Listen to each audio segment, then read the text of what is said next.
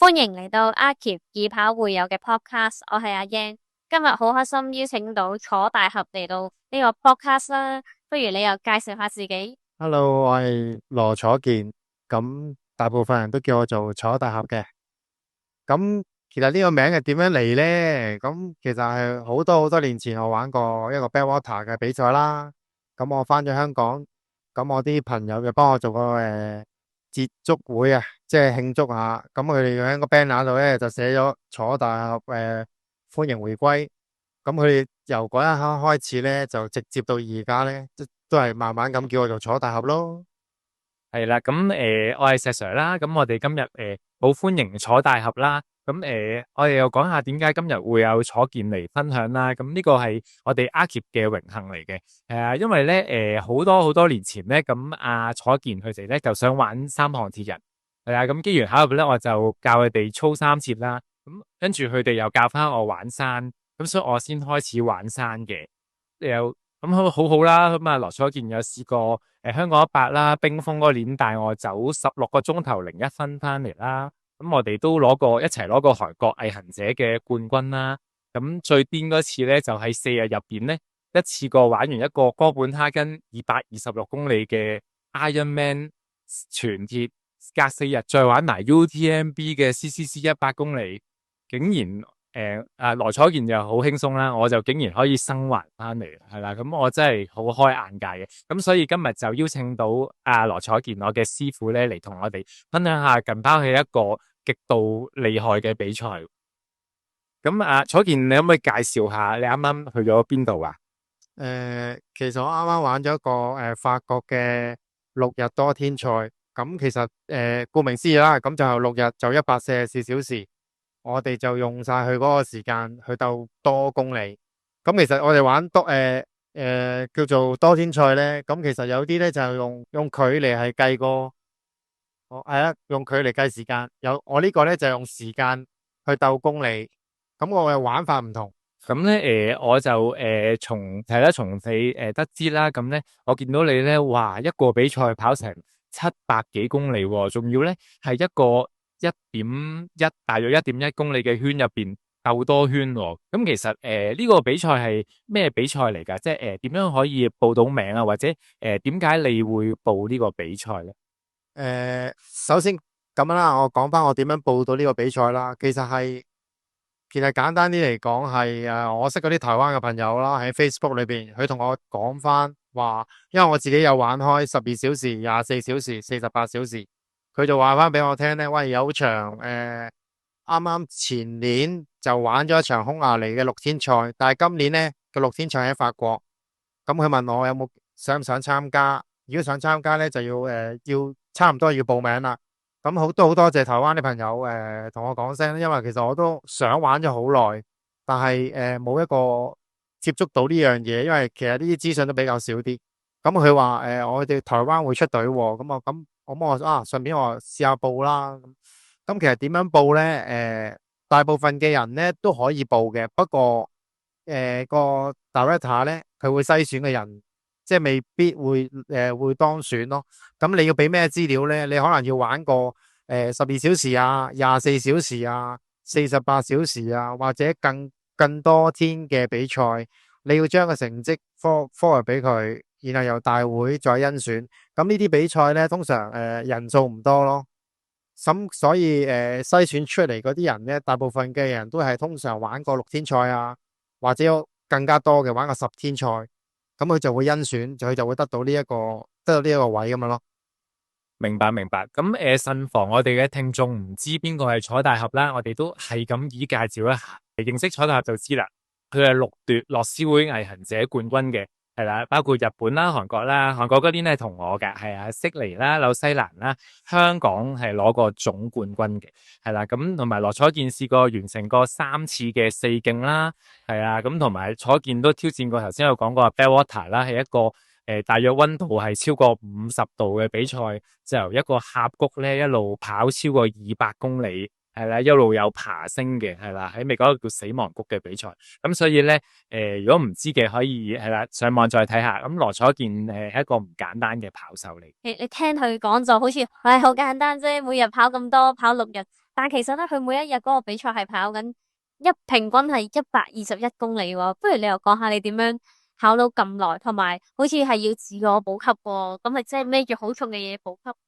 係啊係啊，呢場比賽咧，其實我事前都落咗好多苦功嘅。咁我之前我係9個月前咧就開始計劃去點樣訓練啦，用咩裝備啊。咁通常咧，玩呢啲長途咧，一起步咧就唔可以翻轉頭噶啦。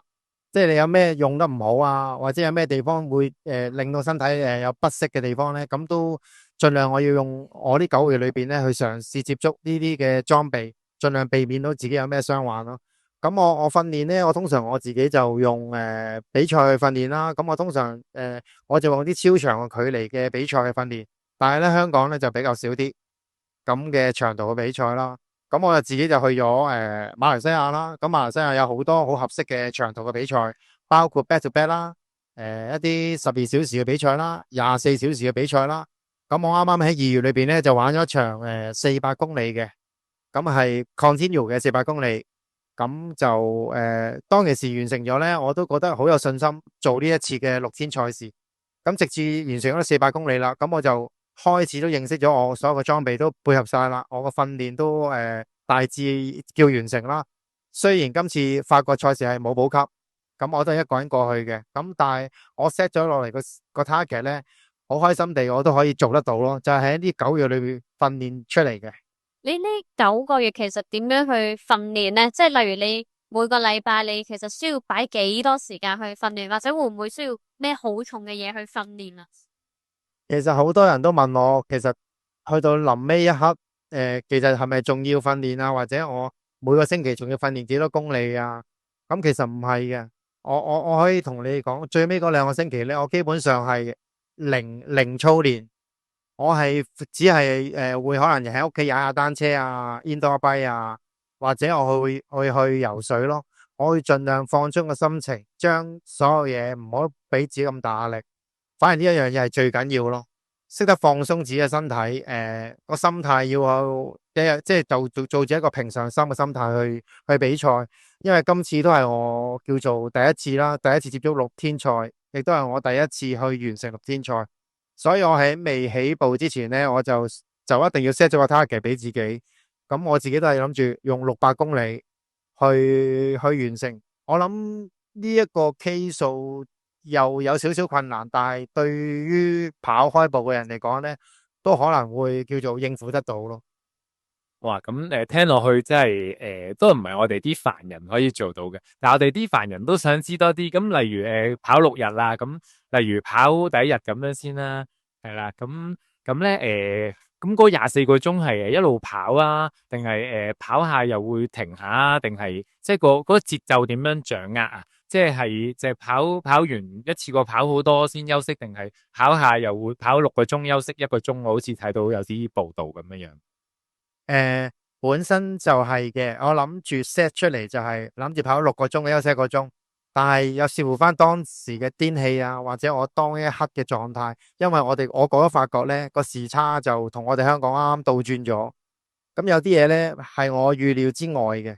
譬如當其時嘅第一日啦，我諗住佢係順住跑噶嘛，但係佢點不知落雨落足12個鐘，咁其實落到呢地下水浸啊。咁呢一刻我都即係好難掌握咗好多嘢，水浸到跑到好難跑啦，就燒好多卡路里，燒好多體能。咁我都係用一個叫低心率啲去走住個倍速，同埋用最輕鬆，但係輕鬆得嚟又 keep 住嗰個喺一日裏邊 keep 住多過100公里嗰個個距離 keep 住先。咁睇下視乎翻第二日嘅個天氣可唔可以有翻會好轉啊，然後再調整翻個心態咯。哇！你第一日已經落咁大雨，仲要水浸，咁你隻腳有冇話起水泡或者好唔舒服呢？係啊，呢個問題幾得意。其實我自己就好少有呢樣嘢嘅，因為點解呢？我事前喺呢9個月裏邊呢，係測試晒我啲裝備啊，譬如鞋啊，我着咩襪啊，我用嘅衫褲啊，落雨嘅時候應該要預備啲咩啊？咁呢啲嘢咧，基本上我係喺事前咧係用過晒啊，預備過晒啊，基本上唔會令到我有任何會有意外發生嘅嘢嚟。明白明白，咁嗱，我哋就學到嘢啦，即係唔係淨係跑700公里啦，咁就算我哋跑個馬拉松都要好似阿楚健咁咯，即係你唔係即係今日買啲新產品，聽日就攞去比賽嘅，咁其實你買咗嗰啲鞋啊、襪啊或者衫，可能你都要跑翻一個好長距離，可能即係例如你跑個馬拉松，可能你都要跑翻30公里去試嗰啲產品先落場比賽啦，呢個係我哋學嘢嘅地方嚟嘅。同埋即係我諗楚健佢係因為試過喺唔同嘅天氣跑咧，即係例如落雨嘅天氣佢有跑過，好熱嗰陣有跑過，所以佢面對咩天氣咧，佢都唔係好大影響。就算個溫差喺法國嗰場咁大，咁我想問下咧，其實你頭先講到即係你消耗嗰個卡路里咪好大啊？落雨，聽講你呢6日嗰個總和嘅消耗個卡路里都好大喎，不如你有分享下？咁我跑晒呢6日，我睇翻我隻錶個數據咧，我係用咗5萬幾卡路里，接近6萬啦。咁如果你除翻144小時，我話每個小時應該係約莫係400幾卡路里。咁你就可想而知，你喺訓練裏邊嘅過程，你就可以達到咗知道你其實每個鐘頭我用咗幾多卡路里，然後我盡量可以補充嘅卡路里喺每個鐘裏邊盡量補給。雖然係應該係會點都補給唔到噶啦，但係你都要喺個比賽嘅過程裏邊，你點樣去安排翻你自己嘅膳食啊，或者你點樣去用啲運動飲料去補給翻自己嘅身體啊，當會一個 recover。明白明白，咁其實你跑緊嗰陣時係食乜嘢嘅咧？即係會唔會例如你食咗啲固體，然後你會行翻幾個圈先跑，定係點樣嘅咧？我因為我自己一個人啦，又冇乜帶到我自己即係中意食嘅嘢，帶得唔多啊。我三餐咧，因為其實大會咧佢有3餐嘅供應嘅，咁我迫於無奈，我都要食佢嗰3餐啦。咁當我食嘢嘅時候，食完上翻線度去跑咧，基本上我都要行翻1-2個圈，俾我嘅食物消化緊一啲，我先可以再build up翻自己個身體。咁另外我會帶啲咩咧？譬如我會帶啲，今次好乖啊，我自己就冇亂食嘢啊，即係就算我帶我喜歡嘅嘢食，我都係唔會亂咁食。我係帶咗啲運動飲料啦，我帶咗一啲有啲牌子咁樣啦，帶咗40-50包去沖，當我一個主糧咁樣咯。咁夜晚黑我就會飲一啲 recovery drink，去令到我身體盡量可以 build up 翻少少鋪田，又令到我身體就可以 build up 翻，繼續可以去跑咁樣咯。咁你跑嘅時候咧，你跑足6日啦，咁你有冇瞓過覺咧？點樣克服呢個睡魔？有嘅，有瞓過覺嘅。其實我本身咧諗住24小時咧，我就休息4個鐘噶啦。即係我每日我諗住跑20個鐘，我休息4個鐘。呢個係我初步想諗嘅構思。但係最後尾出嚟個效果就係唔係咁樣咯。我6日玩晒，睇翻啲數據咧，我係用咗唔夠20個鐘頭休息。咁其實有啲人話俾我聽，我話太少啦。其實咁樣休息，其實好視乎翻個人嘅，每個人嘅體質啊、年齡啊、新陳代謝啊等等諸如此類咧，都係好唔同嘅。所以你喺訓練裏邊就所以得知你自己幾多時間去休息啦，你點樣可以去 recover 啦，或者用幾多個鐘頭咧？呢啲係你喺訓練裏邊所認知嘅呢樣嘢。但係從今次因為呢一次都係我第一次嘅6天賽事。其實有好多可以檢討嘅，或者有好多進步嘅地方可以令我改善嘅喺今次裏邊。咁譬如未必一定係跑20個鐘休息4個鐘嘅，有時我可以中間話齋，我可以間歇喺中間試一試啲短嘅休息時間俾自己啦。咁第二樣嘢就係話你休息嘅時間嘅時候，最好就係譬如你一個人冇補給嘅話呢，我就建議就校個鬧鐘咯。因為我就第一日裏邊呢，就有少少意外啊，我就係諗住瞓1個鐘頭嘅啫，但係後尾我自己冇校鬧鐘，唔識醒，我就結果休息咗3個鐘，我先至自己起身。咁第一日俾我有個意外呢，我就第二日呢，我就開始校鬧鐘啦，即係每日就做翻嗰個休息時間係幾多，然後就開始上線繼續去做翻個配速去跑咁樣咯。明白明白。咦，咁咧我哋又未試過玩咁多日嘅比賽啦。咁你第一日就唔小心瞓咗3個鐘啦。係啦，咁但係你有冇即係你第二日有冇話瞓幾多？你去測試下，即係我瞓1個鐘個效果好啲啊，定2個鐘定係3個鐘？即係有冇啲 insight 你睇到自己個身體應該瞓幾多個鐘係最合適？因為你如果瞓得太多，其實啲腳啊都會硬晒噶嘛，即係你再起翻好難起嘅。係啊，啱啊，石 Sir 你講得啱啊，即係你好似玩完一個大長途，要你坐翻幾個鐘頭，又再起身，又要玩咗一次大長途，其實係好辛苦，好辛苦。我呢一樣嘢我都問過台灣嗰啲超慢嘅選手，因為我問過我識一啲跑過6天賽嘅事嘅啲朋友啦，佢有個建議俾我就話，你頭嗰2、3日你跑啦，盡情咁跑啦，跑到你自己個身體左搖右擺嘅時候，你就去休息就啱啦。咁其實我體會到呢樣嘢又係真係啱喎，真係 work 過呢樣嘢。你唔眼瞓，你夾硬要去休息咧，其實係又係辛苦，浪費咗自己嘅體能。佢話跑到左搖右擺咧，我真係試到跑到左搖右擺，我就停咯開始。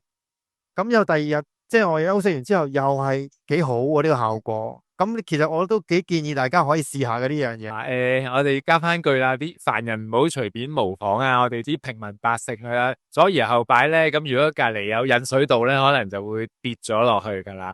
係啦，咁大家切勿輕易模仿啊，多啲訓練先好。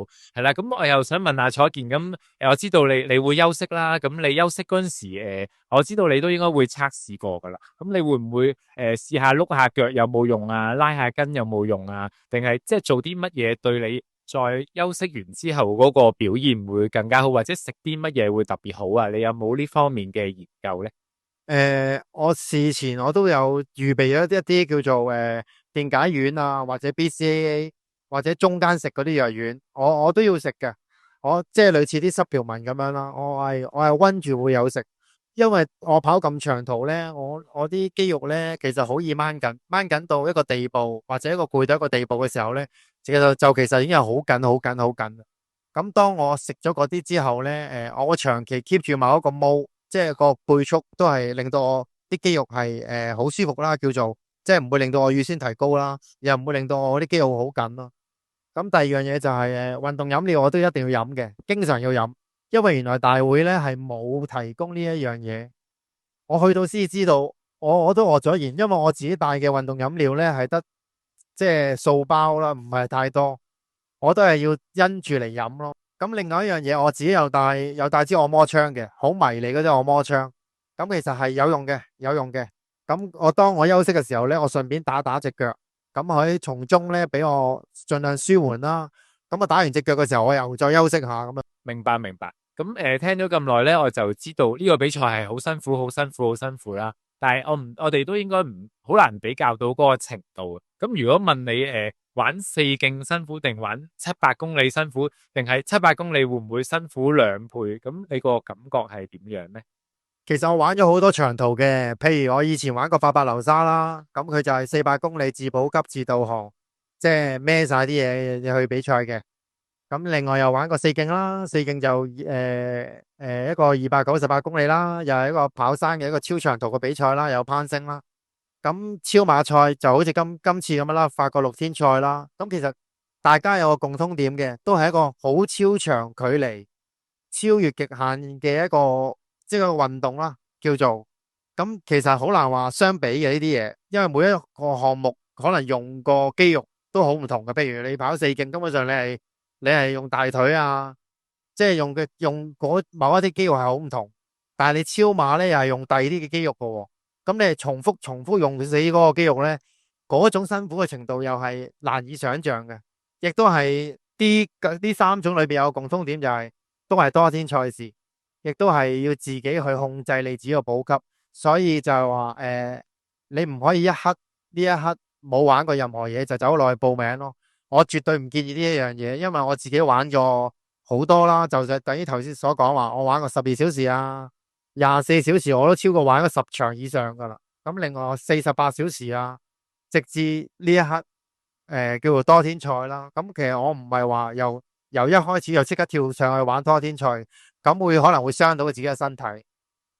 咁你覺得點樣先適合玩長途賽咧？即係有啲即係啱啱開始嘅人，例如佢淨係跑得到完一個馬拉松，佢幾時應該適合玩一啲，例如6小時啊，或者12小時啊，然後佢要再玩，可能今次呢個比賽佢要大概 prep 幾耐咧？誒，其實而家坊間咧有好多嘅越野跑教練啦，咁超馬嘅越野跑教練我就未聽過，但係我就都想分享俾大家聽，因為可能大家少接觸，可能應該要接觸下嘅。其實好多國家都係發展緊同發展中，咁我哋香港就太落後啦，或者係冇人知道係點樣玩啦。就算我自己今次都叫做第一次去，但我自己都玩咗好多叫做超長途嘅距離嘅，用時間又玩過啦，用距離又玩過啦。咁其實係視乎翻你個根基係點樣做咯。我自己覺得，如果你想玩6天賽事，你一定要由一個全馬啦，超越一個全馬嘅50公里啦，玩個50公里就試下玩6個鐘啦。玩完6個鐘咧，真係要玩12個鐘，要去做過呢一個感覺，你要攞咗呢一個經驗，然後再推上24小時，再推上48小時，又可以推上叫做3天賽。其實有3天賽嘅，可能大家都冇聽過，叫做72小時等等，直至去到玩到即係再遲。我諗呢一步去到玩6天咯，我諗都需要，我自己覺得啦，安全性就5年至8年之後咯，即係有個年份嘅。係咁明白啦。咁其實簡單嚟講，我哋都係要循序漸進嘅。咁我哋啲平民百姓都係由10公里開始啦，半馬、全馬，跟住然後如果想再挑戰自己，可以試下一個6小時嘅鬥多公里啦，再12、24、48咁樣上嘅。我想我又諗到多個問題。咁你覺得如果例如我哋又玩下毅行者啊嗰啲，咁對你玩呢啲六小時啊或者12小時賽有冇幫助嘅咧？其實兩者都係一個超長距離啦，因為都多過50公里。咁其實上網都揾到嘅，多過50公里嗰啲嘢叫做超級馬拉松，即係多過一個全馬啦。咁其實玩毅行者，練到肌力，練到心肺，同你玩超長距離一定有幫助嘅。只不過你話係咪同一樣嘢呢？咁當然你係毅行者叫越野跑嘛，叫跑山，同你超級馬拉松可能兩者用都係嗰句啦，用個肌肉可能會有少少唔同咯。哇！今次咧，我又多咗好多關於超馬嘅資訊喎。原來咧，即係我哋跑山同埋超馬都有一個緊密嘅關係。咁我知道咧，其實嚟緊啱啱我哋即係有啲開始，即係有啲人已經報咗毅行者啦。咁啊，你作為呢個總冠軍兼大使，咁你有冇咩建議可以俾啲啱啱新手或者想突破自己嘅，即係突破自己嘅老手去分享下毅行點樣準備好咧？不如咁啦，我先講下新手先啦。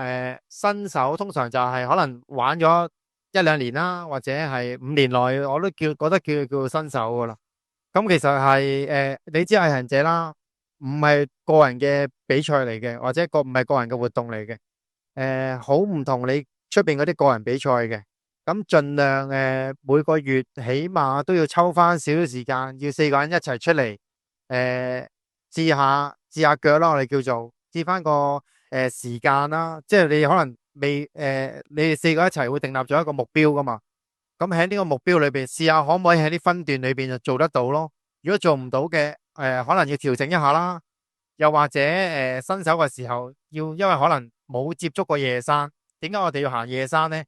就係要試下我哋嘅裝備喎。可能我哋啲行山杖又唔識用啊，啲衫褲又唔啱啊，頭燈又冇電啊，你哋就可以喺中間裏邊嘅過程裏邊就演變咗好多嘢出嚟啦。更加上你哋可以揾埋補給去試下，你哋補給幫你哋補給。到時如果你真係比賽嘅時候，你就會亂晒龍噶喎，又可能連補給嘅人又唔知點樣啊，就打唔到電話揾佢啊，諸如此類嘅嘢。咁我就呢個簡略啲啦。咁譬如老手嘅點樣啊，可能都係想做時間喎，或者想做更好嘅成績。咁我哋就喺分段裏邊嘅插手啦。又或者佢哋可能自己有個課數呢，可以揾翻佢哋自己私人教練去做一啲嘅基本功啦，或者去練好啲4個攞好啲嘅默契啦，亦都係啦。夜晚又試下，日頭又試下。咁你如果呢到個 target 咧，其實係好開心嘅事嚟嘅，我覺得。好啊，好多謝羅彩健啦。咁係咯，咁我知道每一樣嘢都要試嘅。咁而我自己都有經歷過試過例如去到水浪窩揾唔到我個 support 啦，因為之前冇試過啲企位。係啦，咁個 support 唔知企咗喺邊啦，咁都試過咧，啲粥太熱食唔到啦，係啊，即係冇攤啦，咁都試過好多嘢，試過咧，啲頭燈咧諗住上次用完啦，咁下次再用埋先啦，咁點知又唔記得換電，一開就冇電啦，咁所以其實咧，毅行者唔係一個運動咁簡單嘅，咁你要測試埋你細唔細心啦，你個人準備得好唔好啦，咁當然就一定要練習啦。但係羅彩傑，我又想問下，毅行者同其他比賽嘅分別咧，就係今次我哋係4個人一齊行嘅，係啦，咁嗰4個人應該做啲乜嘢咧？其實咁，因為有時都會聽到好多嗌交啦，或者不和啦，咁即係點樣可以融洽呢個隊伍啲氣氛啊，或者有咩可以做好啲個 teamwork？其實咧其實點解就係要練習咯？因為喺練習嘅過程就會得知你4個邊一個比較穩定啦，又或者邊一個練得最少啦，就喺練習嘅過程裏邊就肯定反映到出嚟噶啦。咁可能你哋點會分佈咯？可能最勁嗰個又未必係帶頭做 pacing 嘅，又或者最弱嗰個又未必係墊到最頭嘅，因為可能擺到最頭咧，令到佢哋可能好大壓力喎。咁你哋呢一刻裏邊，你哋就自己要諗下啦，或者點樣可以四個人點樣走位置啊？或者最勁嗰個啦，點樣幫最弱嗰個啊？或者幫佢攞多啲水啊？或者用埋拖繩啊、行山杖啊，呢啲咧都係喺練習嘅過程要做嘅咯，我覺得。同埋記得一樣嘢就話，當你嘅隊友好辛苦，你一定要鼓勵佢，就算佢真係跑唔到，唔緊要嘅，我覺得試下做，盡量去做，佢會感受得到呢一樣嘢。佢覺得你都辛苦嘅時候，佢一定會同你拼埋落去。堅持到底。係啦，咁好多謝羅彩健嘅分享啦，咁我都get 到嘅，咁有多時咧我知道有時啲 team 咧可能有一個人就比較快啲啦，咁忍唔到走咗去，咁但係如果你諗住做一個好嘅 team 嘅時間咧，其實你係應該照顧最慢嗰個啦，或者最可能嗰個有唔舒服或者爆咗個，你應該要照顧佢，而唔係即係一路諗住自己走咯，因為毅行者咧係一個 team 嘅運動嚟嘅。係啦，咁今日都差唔多啦，我哋好多謝羅楚健嚟同我哋分享呢個700公里嘅比賽啦，都恭喜羅楚健呢攞到呢個全場14名同埋分齡組第3名嘅，咁都更加多謝羅楚健同我哋分享毅行者嘅小貼士啦，希望羅楚健呢嚟緊可以再同我哋分享多啲，多謝晒，拜拜，多謝大家，thank you。